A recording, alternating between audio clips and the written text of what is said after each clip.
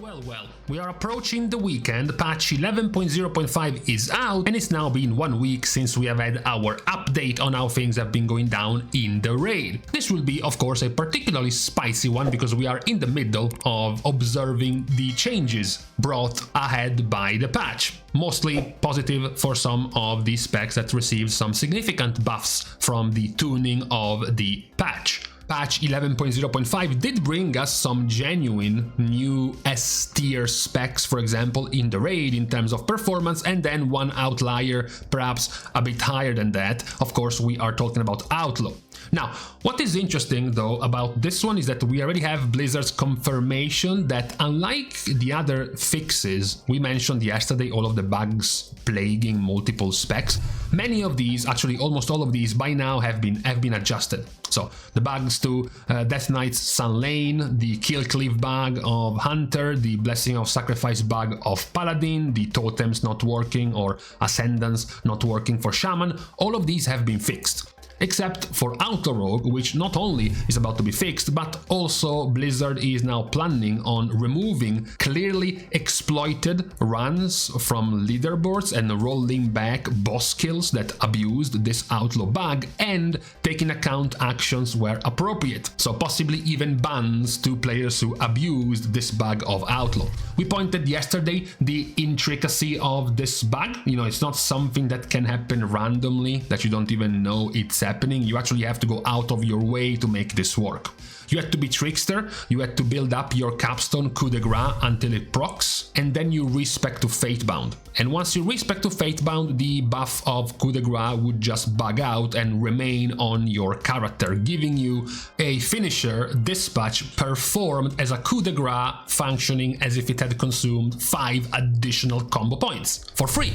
And because you have Restless Blades as Outlaw Rogues, this gives you massive cooldown reduction every time you use a spender. So for example, you're able to cast something like Keep It Rolling, which ideally has a 6-minute cooldown, and you are able to use it practically on a 25-second cooldown. This was able to give you, for example, permanent 6 dice rolls as a Outlaw Rogue. So clearly it was something a bit more broken than the other bugs of other specs, which was used, as mentioned, to get even first kills of later on bosses like Nexus Princess, where you had 18 different rogues abusing this, as well as even Silken Court with 4 different rogues, 2 of which used it on a first kill on this boss. However, even if we go beyond just the Outlaw Rogue breaking everything in here and go on the other specs, we have seen some improvements in the results, because excluding the broken Outlaw,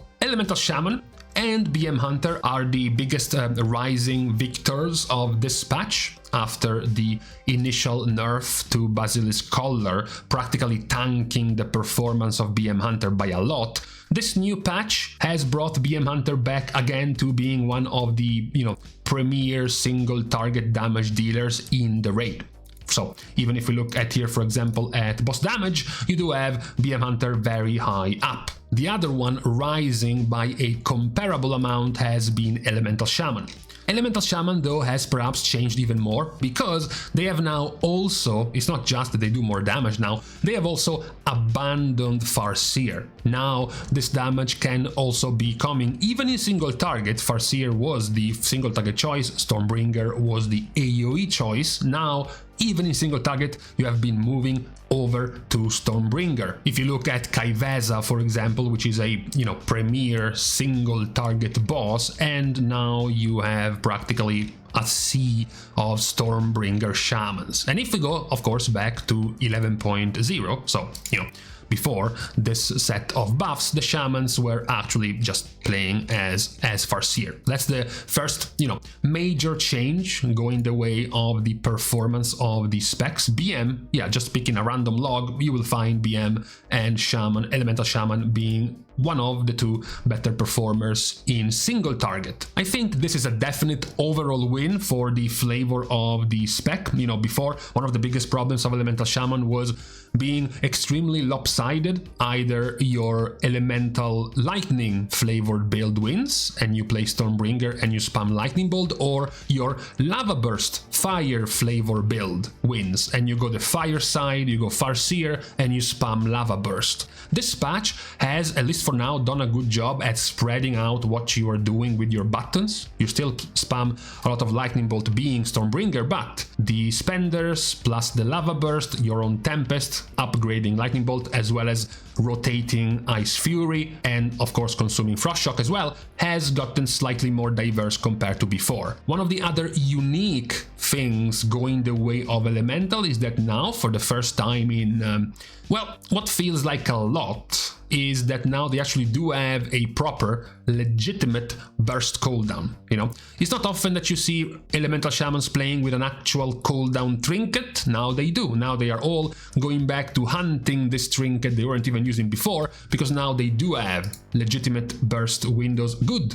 burst windows, as opposed to, you know, pre-rework elemental shaman, which was very stable in their damage, very consistent damage with very few burst windows. Now they are definitely one of the better specs in terms of that type of damage profile as well, which is very valuable in both the raid and the Mythic Plus, to be able to have powerful cooldowns. These two, BM and elemental, are definitely the major winners in the raid. Now, there has been also another change. This hasn't, you know, been nearly as visible simply because this was here before. You know, if we go back to a rating before the patch, so we are still seeing Outlaw being absolutely terrible. We are still seeing BM being quite poor, Elemental Shaman being mid. Even then, Arcane was, you know, Arcane was already being played by default. That's the change. The change is that it was being played as Sun Fury, not as Spellslinger, which is what is changing now for Arcane. They are now moving to Spellslinger compared to Sun Fury. So perhaps even some of the performance in here might not be nearly as high because of the adjustment period needed for the players of Mage to get used to move from Sun Fury to Arcane, that plays slightly differently. So maybe as they get slightly better at the hero talent, they will increase their performance even more. What might have gone under the radar because of all of the noise of Outlaw, and also because the spec itself hasn't really changed much, it was just given a flat buff, is Assassination, which is now still playing basically as they were before. Nothing really has changed in the spec itself, but they continue to be one of the better performers, even in terms of overall damage in the raid. As mentioned, Outlaw is taking the spotlight, but Assassination is still a very competitive spec in the raid, in single target encounters, etc, etc. They are still very, very good. Now, funnily enough, although I don't think many players of that spec will see it as a funny thing, one of the other more changed specs in the patch was an orange one, because it was balance. You can see from the initial results that this doesn't seem to be doing that much for them, right? Balance has gotten a few extra talents, for example, just mentioning one, Sunseeker Mushroom now, which is also being used, but at the moment the results of all of these changes for balance are not, you know, if we are to move back to 11.0 before all of those changes, balance is still here. We are seeing some specs move around. We have seen, for example, Elemental, right, which is doing better. BM Hunter is doing better, but Balance Druid, despite the changes, possibly even positive changes, getting them more options in their talent options, is still not showing up that much in their performance, especially in single target. You know, if we move damage to bosses, it doesn't really move that much either in terms of performance for the spec.